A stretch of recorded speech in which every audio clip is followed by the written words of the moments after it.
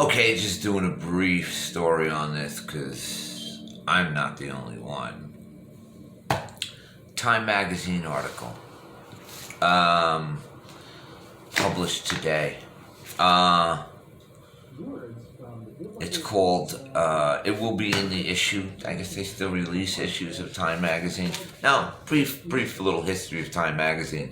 This is a magazine that had thousands or hundreds of thousands of copies printed up in 2016 declaring the first Madam President Hillary Clinton.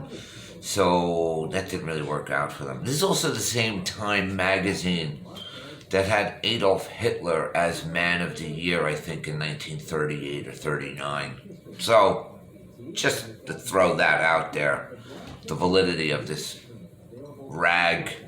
I used to read it too at one time back in the 80s and 90s, but, that was before you kind of realized the manipulation that's been going on for decades, centuries. Anyway, this is the secret bipartisan campaign that saved the 2020 election. Saved it. They saved the election. See, the secret history of the shadow campaign that saved the 2020 election. See? Now, they show you everything. Count every vote. It's weird who they have on here. They got this lunatic bull guy here next to Trump. Very peculiar. This was written by Molly Ball. Apparently she wrote it last night and published it at 5:40 a.m. So I guess it took a little traction for it to pick up. And it's just weird. I'm just going to read a little bit to you here. A weird thing happened right after the November 3rd election. See, a lot of pages. After nothing happened. There was no chaos. There was no rioting. Nothing. In a poll before Election Day, 75% of Americans voiced concern about violence. From who? Conservatives? Working class people? No, that's who not they were. Concerned about violence. Instead, an eerie quiet descended as President Trump refused to concede. Okay. Right here, like, what is this? Is this like rubbing salt in your face? Is this like a work of fiction? Is it a conspiracy fiction article? Or is it an admission of guilt article? A confession, should we say? What is it? Go look this article up. Look, read it. It's fascinating. There was a conspiracy unfolding behind the scenes. One both curtailed the protests and coordinated the resistance from CEOs. A conspiracy. Interesting.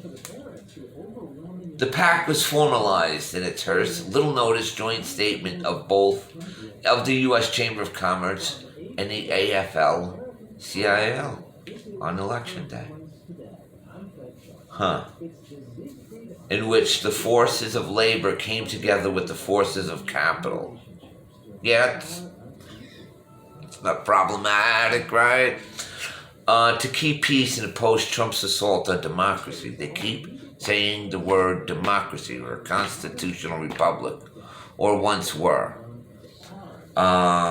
It just goes on and on about how they used the COVID-19 situation. The architect, sometime in the fall of Mike Podhorzer became convinced the election was headed for disaster and determined to protect it. Mike Podhorzer, senior advisor and president of the AFL-CIO. So, he political strategist. And then there was an alliance, drafted a 3-page confidential memo titled Threats to the 2020 Election. Wow. securing the vote. They say they fortified the election. They fortified the election. Talk about linguistic manipulation, mind control. How long has this been going on? I don't even know what to say about this. Private philanthropy stepped in an assortment of foundations that contributed tens of millions in election administration funding. The Chan Zuckerberg Initiative chipped $300 million in. What? Assortment of foundations to election. What is this? Because that's, I guess super PACs or PACs. Wow, this is the disinformation defense. Dude, it's like, this is unbelievable. Unbelievable. The 5 steps to victory.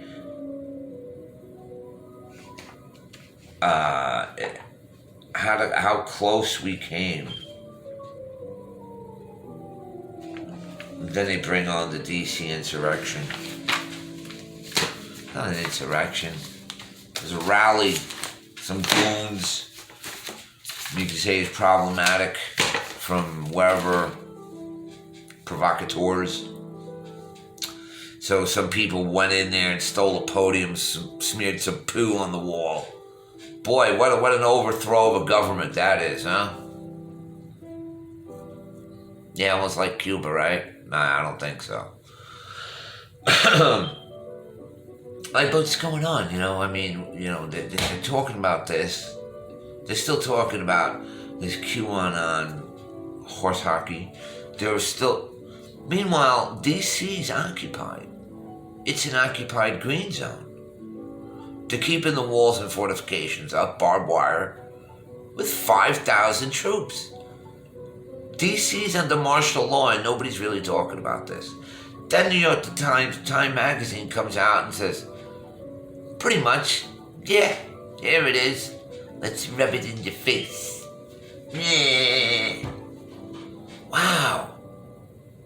How brazen. How absolutely brazen. I just implore you to go read this.